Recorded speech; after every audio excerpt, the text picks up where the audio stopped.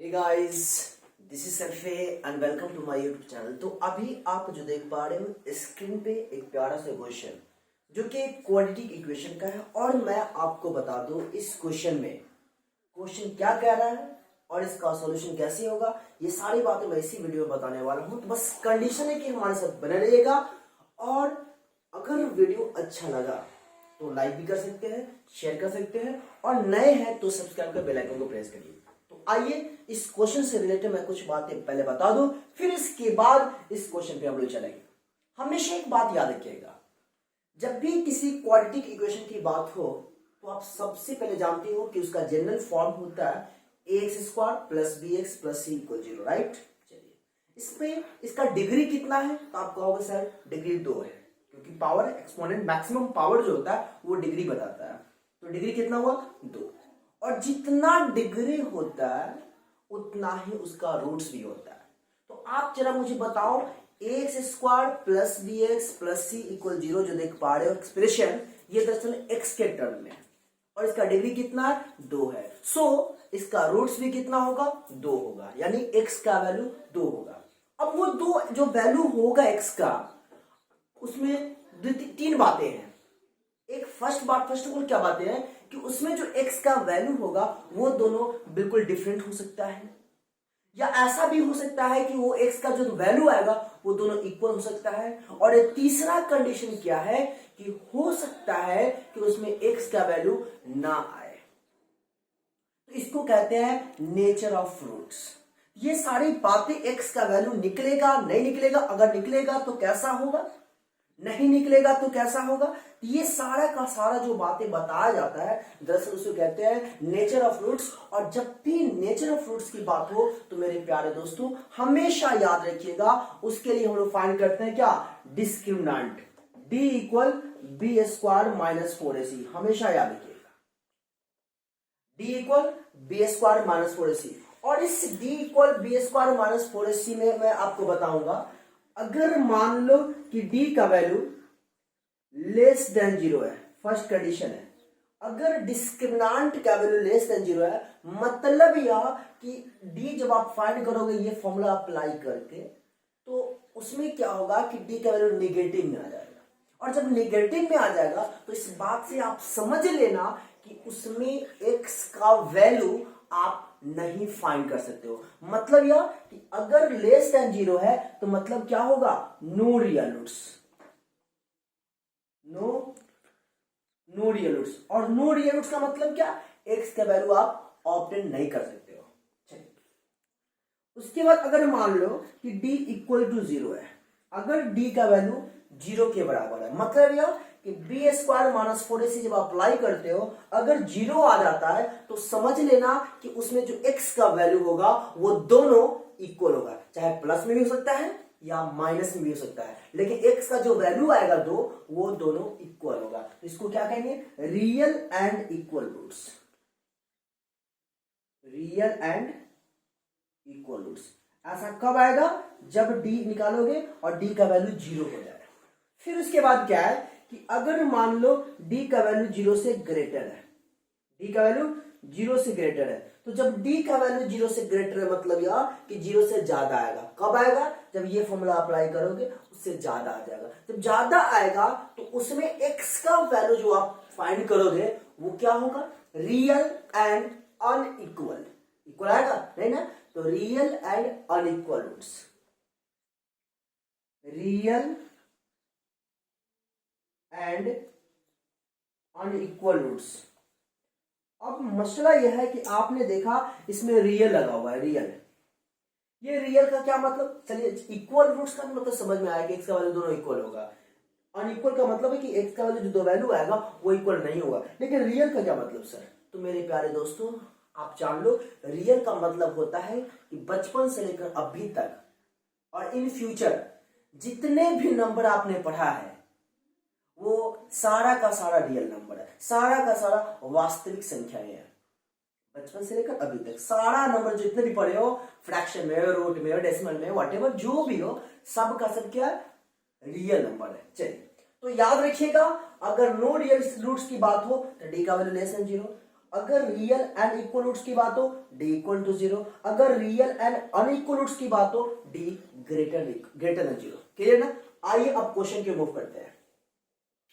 If the equation 1 plus m square into x square plus 2mcx plus c square minus a square equal zero has equal roots, क्या condition कर रहा है? Has equal roots, then prove that c square equal a square into 1 plus m square। और हमें prove करना है ऐसा कब? जब हमारा इस इक्वेशन का जीरोस जो होगा, रूट्स होगा, वो क्या होगा? इक्वल रूट्स होगा। तो आप पहले लिख दो कि हमारा एक्सप्रेशन क्या है। तो 1 plus m square into x square plus 2mcx plus c square minus a square equal zero. Clear है? यहां पे कंडीशन क्या कर रहा है? Equal roots. तो यहां पर पहले आप लिख दो कि a का वैल्यू क्या होगा? 1 प्लस एम स्क्वायर। जब इसको हम किससे इक्वेट करेंगे? A x square plus b x plus c equal zero. अगर आप इस एक्सप्रेशन से इक्वेट करोगे तो पता चलेगा कि a के बदले में 1 प्लस एम स्क्वायर, b के बदले में आपका 2mc x छोड़कर, ठीक है, और c के बदले में जो आपका होगा वो होगा सी स्क्वायर माइनस ए स्क्वायर, मतलब कांस्टेंट टर्म। हमें कंडीशन क्या कर रहा है? इक्वल रूट्स कह रहा है। तो यहां आप लिख दो फॉर इक्वल रूट्स, और जब भी इक्वल रूट्स की बात होती है तो d का वैल्यू जो होता है वो जीरो होता है। हाँ या ना? कंडीशन में मेंशन है इक्वल रूट्स, तो d equal to zero. d का वैल्यू क्या होता है? B square minus 4ac। तो b का स्क्वायर का मतलब क्या होगा? खुद सोचो, 2mc का स्क्वायर, आया ना, माइनस 4 इंटू ac। तो a का वैल्यू हो गया आपका 1 plus m square into c का वैल्यू आपका हो गया c square minus a square that equal to zero, क्योंकि इक्वल टू जीरो है। इतनी बातें समझ में आई। अब इसी को सॉल्व कर देना है। तो 2mc का स्क्वायर क्या होगा? 4m square c square. Clear है? माइनस 4 इंटू, पहले इसको आप मल्टीप्लाई कर दो, 1 से सारे को मल्टीप्लाई करोगे तो सी स्क्वायर माइनस ए स्क्वायर होगा। फिर एम स्क्वायर से दोनों को मल्टीप्लाई करोगे तो आएगा क्या? M square c square minus m square a square equal to zero. Clear दिख रहा होगा? चलिए अब यहां पर इसको सॉल्व करेंगे कैसे? तो 4m स्क्वायर सी स्क्वायर, ऐसा भी कर सकते हो आप, इसमें 4 कॉमन भी ले सकते हो। चलो 4 कॉमन ही ले लेते हैं। तो जब 4 कॉमन लेंगे तो इसमें बच जाएगा आपका M square c square. Clear? Minus 4, जब यहां हम कॉमन लिया है और साइन यहाँ पे क्या है? माइनस है, इसका मतलब इसके अंदर वाला जो भी टर्म होगा उसका साइन बदल जाएगा। तो 4 हमने कॉमन लिया तो बच गया minus c square, minus minus plus a square, minus plus minus m square c square, और minus minus plus m square a square equal to zero. Clear है बात? इतनी दिख रही होगा। चलिए अब जरा मुझे बताओ, यहाँ पे 4 तो इनटू में है, जब राइट साइड आएगा तो मल्टीप्लाई में रहता है, तो आप बचपन से जानते हो कि डिवाइड में जाता है। प्लस रहेगा तो माइनस होगा, माइनस होगा तो प्लस होगा, मतलब side change sign change. Clear बात है? अब जरा गौर फरमाइए, तो 4 तो इधर जाएगा तो जीरो हो जाएगा, बच मेरा क्या टर्म गया? M square c square minus c square plus a square minus m square c square plus m square a square that equal to zero. Is it clear ना? क्या देखो तो जरा, इसमें कुछ कैंसिल हो रहा है आपको कि सर बिल्कुल हो रहा है? एम स्क्वायर सी स्क्वायर से M square c square finish, हाँ या ना? चलिए तो अब मैं बताओ, क्या मैं ऐसा लिख सकता हूं? 4 तो उधर जाएगा तो जीरो, तो बच जाएगा मेरे को क्या? माइनस सी स्क्वायर, ये minus c square plus a square plus m square a square equal to zero. Clear है बात है? हमें तो प्रूव क्या करना है? सी स्क्वायर इक्वल, मतलब सी स्क्वायर तनहा आना चाहिए। तो आप खुद बताओ, ए square plus m square a square equal c square लिख सकते हैं क्या? Minus c square, right side गया प्लस सी स्क्वायर।